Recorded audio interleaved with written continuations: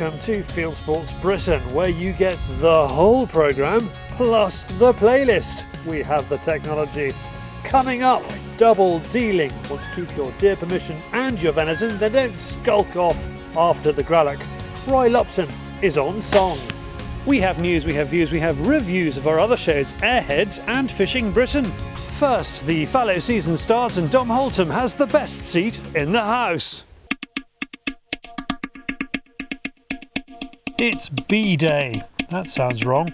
How about D-Day for bucks? Fallow bucks. We're with sporting shooter editor Dom Holtam early on the opening day of the season, and we're feeling pretty punchy. Farmer Andy Crow has been feeding in herds of them for us for months. Well, that's not quite true, but his crops are certainly the reason they're here, and today we get a chance to move them on. I've always found this place better in the evenings, but I wasn't going to wash with him really, so here we are, 4:30, beautiful summer's morning. I noticed Crow's not here himself, but yeah, I hope he's enjoying his breakfast, and we'll see what we can find. It's a fine morning to be out with rifle and sticks, but there is nothing showing apart from a few prints on the tracks and a few scars in the wheat left by deer and badgers.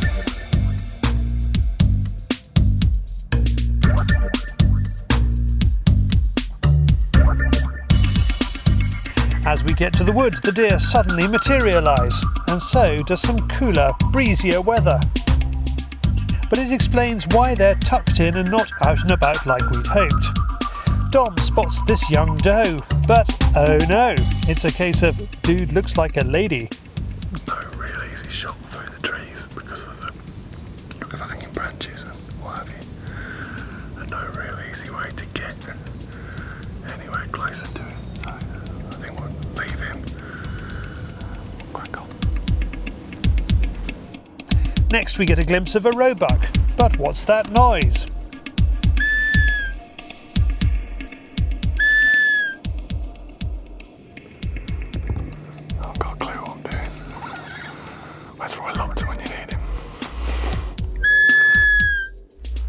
On a different day, he'd have suited us fine, but we're here for fallow, if we can find one that's not in drag.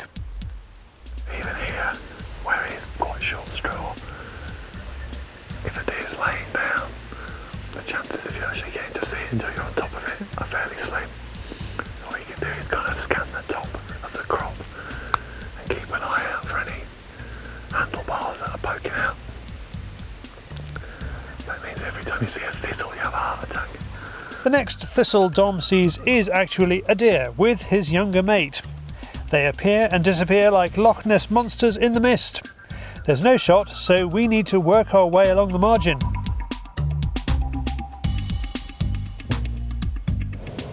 I might try and sneak round and see if I can get a better angle, get a little bit closer.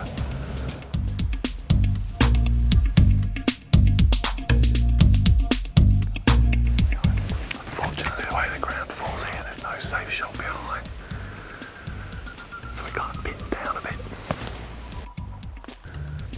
We're about 20 yards from the high seat, which would give us a perfect shot. We can't get to it, and even if we could, we wouldn't be able to get up it. All of a sudden the handlebars disappear from view and Dom makes a move to get up the high seat. Incredibly, he manages it, and even more incredibly, so does David, giving them a great view of the fallow. Well, the top bit anyway. We know that's a walloping great fallow buck, and we're now in the high seat by some miracle, and all you can see is the top inch or so of his antlers. So even in this short straw, where he's laid down, he's almost invisible. But the fog has lifted, or the mist has lifted now. And we're in a great position to get a shot. But Dom hears a quad bike, which could be a game changer. It's the gamekeeper doing his rounds. The bucks fidget, but hold tight. After half an hour of enjoying our front row seats, Dom decides it's time to cut to the chase.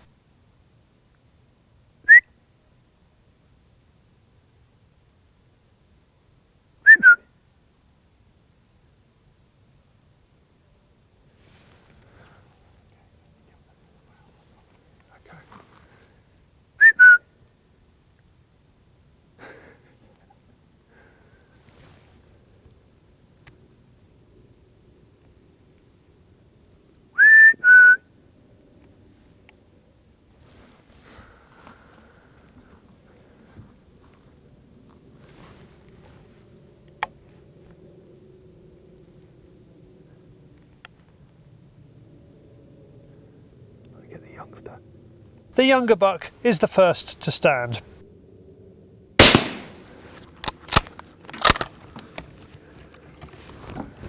Oi! Then he stops the big buck in its tracks.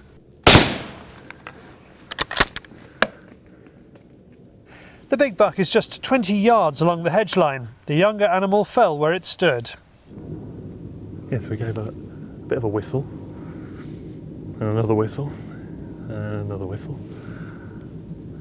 And eventually the old boy decided to lumber up, and as he did, a young male got up with him. So I took the youngster first. Always rather take the poor animals, as we were saying earlier. But as we also said, you know, these guys have got their hands in the cookie jar. You can see the damage to the cornfield here. You know, they've been in and out of this crop for the last month, driving Andy mad. So I gave a bit of a shout to stop the bigger boy as he's leaving the field, and we managed to get him as well. He's just obviously, he has a bit of adrenaline, so he's just run to the edge of the wood, and we've seen him drop in the fringes here. So brilliant stalk this morning. Really enjoyed that. You know, the chance to get into the crop. I didn't honestly think we were going to get a chance to get up the high seat and get the elevation we needed for a safe shot. So yeah, it worked out brilliantly. So pretty pleased about that. Hopefully Crow will be in work, and then we can go and steal the Polaris to drag them back rather than having to haul them back to the car. So let's go down and see what we've got. Good buck.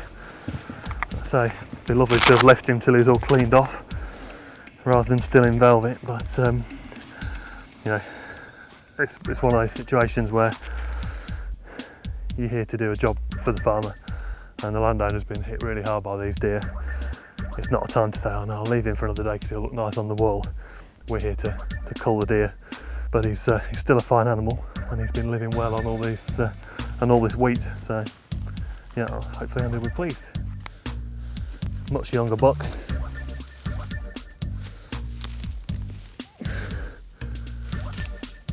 Still in excellent condition, laid down with his mate, bang to rights.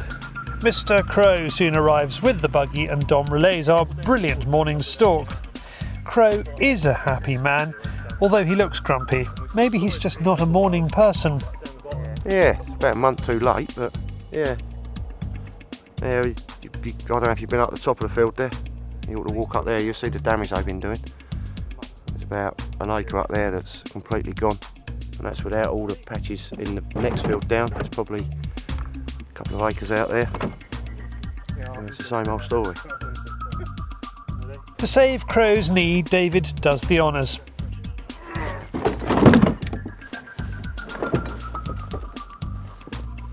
And that, viewers, is the biggest day's work he's done in all his years on Fieldsports. How rude. Back at the yard, there's the as yet unconsidered Olympic event of synchronised gralloching. They really are fine animals, raised on Andy's best, and they've certainly given Dom a stalk to remember. Holtham and Wright in stealth mode there. How they got up that high seat, I do not know. Now it's back down to earth with a thump and new stump with David.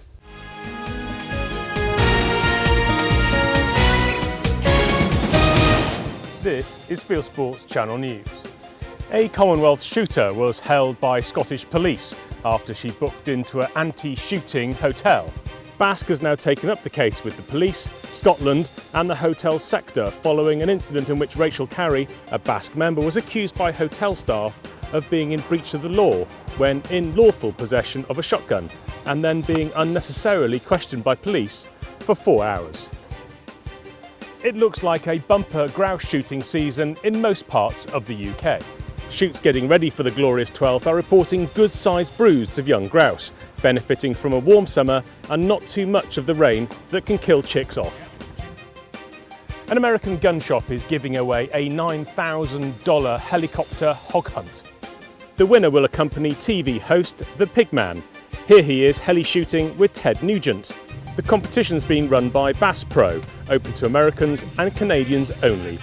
The helicopter will be flying in February 2015, and entries close on the 17th of August.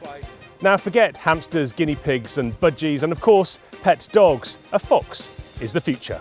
A report on news network ABC shows a fox farm in Russia that's raising what it calls domesticated foxes for sale as pets for up to $6,000 each. The fox farmer says their wildness is bred out of them and they can even retrieve. And finally, viral cute video film of the week comes from an electrical engineer who was working to clear forestry lines. Justin Lewis came across a fawn trapped in the full path of a tree he was about to trim. It was tangled in some thorns and was shaken up after being cut loose, so Justin started rubbing its belly to calm it down, which worked a little too well, as you can see. The deer followed the men around for about an hour and, according to Justin, later rejoined its mother. You are now up to date with Fieldsports Channel News. Stalking the stories, fishing for facts.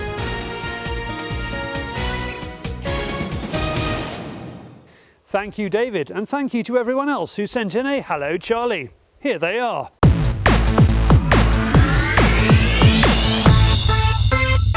Hello Charlie, it's Aaron here from Fishing Britain. I'm taking a bit of a holiday off of the bank at the moment, and we're out with Louis, and we're going to try and see if we can shoot some crow, maybe some pigeon, or anything else that's polluting our skies. Hello Charlie, it's Jamie from Hampshire Sporting Air Gunner here. Just whiling away the hours in happy Hampshire by going after some rabbits this evening, where I've just met Fernando. Look at the size of him. Hello Charlie, Coldwood Hall again. Just broke my personal best, 109 today, and I'm with Matt Morris. And there you can see our bag on the pigeons.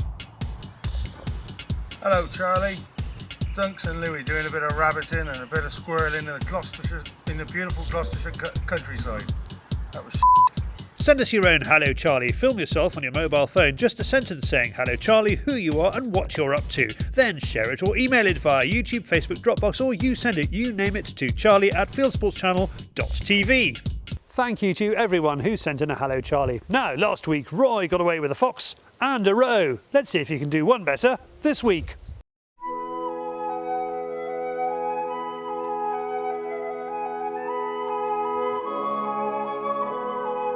Many of us rely on the generosity of others for our sport, and even though the summer is when you may hope to reap the rewards of pest control you carried out during the winter, it serves to be considerate all year round.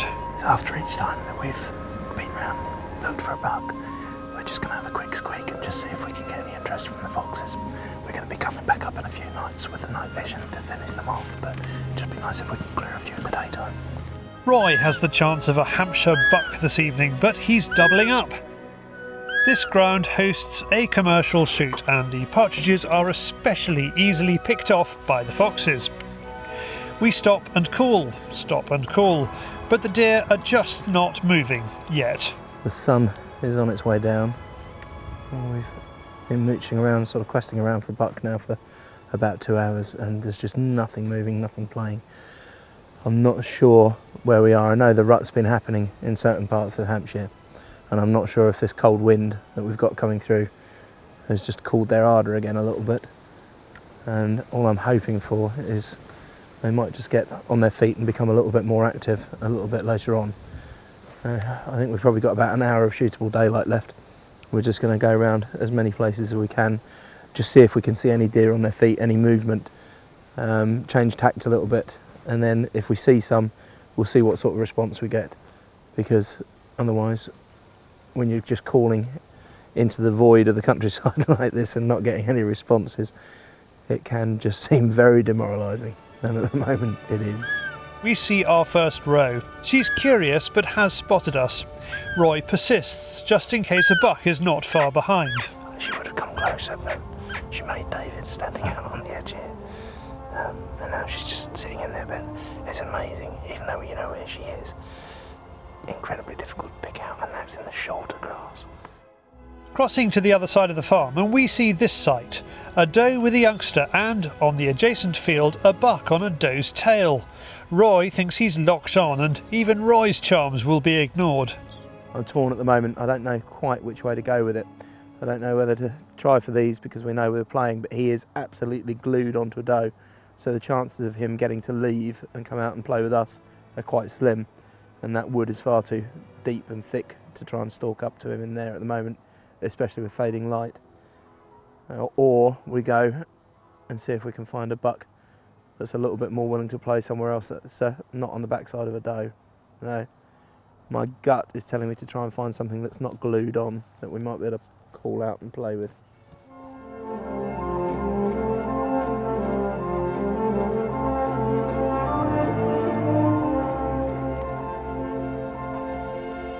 Roy's decision pays off. Suddenly deer are everywhere. All of a sudden everything has just started to turn on. Unfortunately he's gone back in the thicket there. He came up and made us from behind. He's gone back down and run back in. There we go. We spot another animal.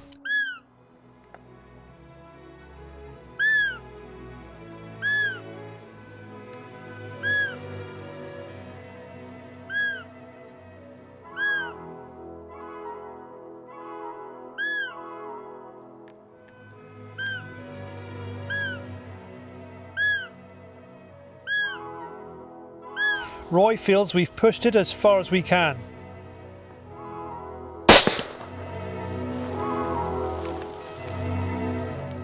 Isn't that amazing though? We spent 3 hours looking around and had absolutely no interest apart from that doe.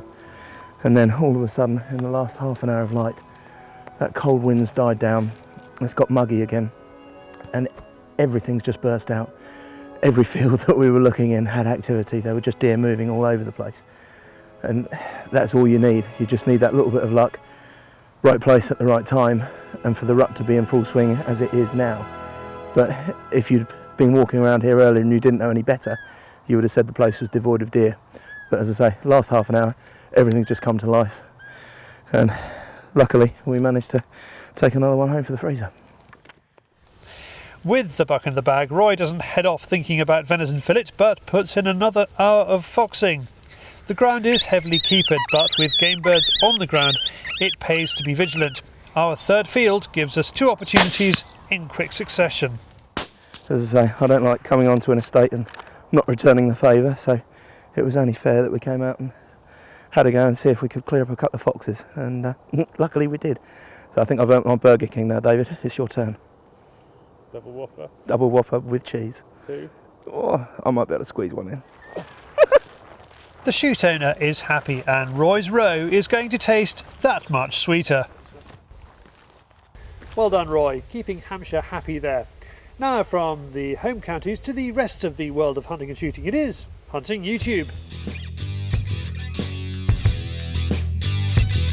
This is Hunting YouTube, which aims to show the best hunting and shooting videos that YouTube has to offer. Univers chasse pêche in Wales and in French. Chasse aux faisans is a short GoPro film about pheasant shooting in the land of bread and heaven. More Frenchmen abroad. Old Days in Indochina shows gore hunting from the Vietnam, Laos, southern China area, as well as a selection of images of village life and other hunting scenes. The fun bit for me is trying to date it. From the borderline David Hasselhoff haircuts, I reckon late 1980s. And a Frenchman at home. Belle chasse aux corvidés multi-cameras records 50 corvid day. To America, where Coyote Fury shows archery coyote hunting with a camstrap headcam mount by Solvid, and it is indeed on Solvid's YouTube channel. All the way from Arkansas, USA, Stephen Fuller goes on a youth shoot. That's taking young people out shooting for the first time, in case you wondered. Cut through the Sub-Simpsons yeehaws and First White Tail from Chicken House is a charming story. Now, anyone would have thought that the Roebuck Rut was underway around Europe, judging by the number of Roebuck films popping onto YouTube this week. From Norway, calling Roebucks using Clausen radio call does what it says on the tin. Jonathan McGee sends in his new deer stalking epic, A Passion for Deer, part 3 of 6, following Charlie Green of Shave Screen Shooting Services to Buckinghamshire, where he ignores the roe to go after muntjac. And finally, I can't resist the new Andrew Uckles, the Aussie who pulls foxes out of hollow logs by letting them bite his arm, or who jumps out from behind a tree to catch a passing kangaroo. Guess what this one is called? Yep, How to Approach Wild Baboons. That's it for this week. If you have a YouTube film you would like me to pop into the weekly top 8, send it in via YouTube or email me the link, charlie@fieldsportschannel.tv. If you don't like those, maybe you'll like this.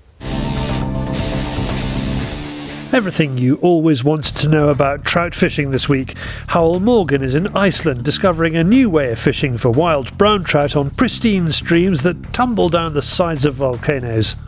Andy Buckley is on his favourite stretch of the River Dove in the Midlands, showing off dry fly techniques for trout on the river made famous by Isaac Walton.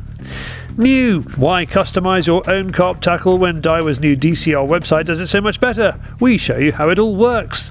News brings together cattle feed and fish kills. Hooked on YouTube has techniques for catching fish from salmon to piranha and much more. And we have a new series about what you lot have been catching. Are you a happy hooker?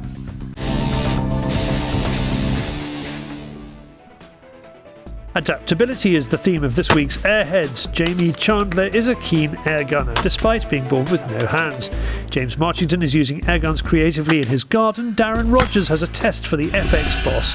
Steve Taylor discusses holsters for air pistols. There's an air gun shotgun in hot air. In a new series, Terry Doe reveals his fantasy shooting buddy. And Ted's Holdover is an air streaming pointing out the difference between UK and US air gunners. Click on the links on the screen to watch them. Well, we are back next week, and if you're enjoying this programme, please hit the subscribe button that's somewhere around the outside of the screen, or go to our webpage, Fieldsports Channel.tv, where you can click to like us on Facebook or follow us on Twitter, or pop your email address into the constant contact box, and we will constantly contact you about our programme that's at 7 p.m. UK time every Wednesday. This has been Fieldsports Britain. Good hunting, good shooting, good fishing, and goodbye.